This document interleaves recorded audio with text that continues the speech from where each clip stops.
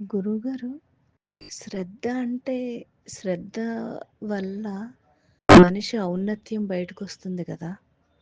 అదెలాగంటే మనిషి పుట్టిన దగ్గర నుంచి వాళ్ళు 40, 50, 60, 70 సంవత్సరాల వరకు జీవిస్తే, ఆ జీవించిన జీవితంలో కాళ్ళు, చేతులు, శరీర భాగాలు అన్నీ సరిగ్గా ఉన్నాయి అంటే, వాళ్ళు శరీరం మీద శ్రద్ధ తీసుకున్నారని అర్థం.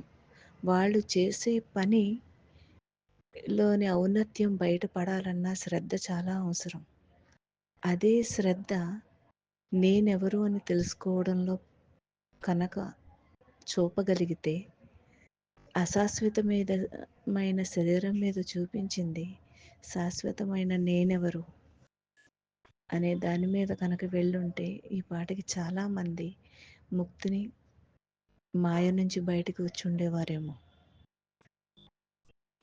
శరీరం మీద ఎంత శ్రద్ధ చిన్నప్పటి నుంచి మనిషికి, దాన్ని కాపాడుకోవడంలోనే జాగ్రత్త పగలు రాత్రి కూర్చున్నా నుంచున్నా పడుకున్నా లెగిసినా అంత బాగా ఉంటారు కదా. చాలామంది అంటారు వీళ్ళకి శ్రద్ధ లేదని. నిజంగా శ్రద్ధ అనేది ఉంది కాబట్టే వాళ్ళు ఇప్పుడు లేచి తిరుగుతున్నారు, మాట్లాడుతున్నారు, మంచిగా ఉన్నారు. కానీ వాళ్ళకి లేనిది కొంచెం వాళ్ళ అహంకారాన్ని పక్కన పెట్టడం, ఇది శాశ్వతం కాదని తెలుసుకోవటం, అవొక్కటి చేస్తే సరిపోద్ది. నన్నంటారా, ఆళ్ళెవరు వీళ్ళెవరు, నా అంతటోళ్ళని అనేది తీసేస్తే చాలా బాగుంటుంది కదా జీవితం.